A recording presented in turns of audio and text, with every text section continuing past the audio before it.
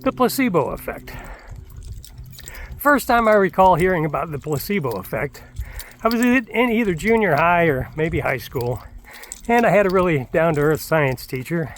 I really wish I could remember his name, because he really had a lot of things that he talked about that made a lot of sense, but I don't happen to remember his name. But he explained the placebo effect, and basically what it is where a person is given a sugar pill in place of an actual medication, and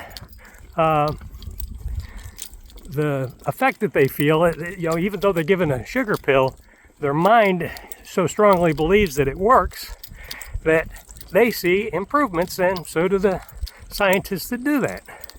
And that was the first time I ever heard about it. And when he talked about it, he said that in some studies, people had been, the placebo effect had been so effective in some of the studies that some people, up to 50% of people, would have positive responses to the sugar pill. So that was the first time that I heard about it. And for this book, I've done a lot of things that, there's not a lot of great scientific proof that they actually work.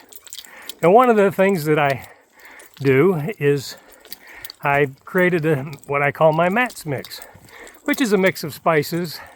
And some of the spices are supposed to help you not be so hungry. And some of the spices are supposed to have some health benefits.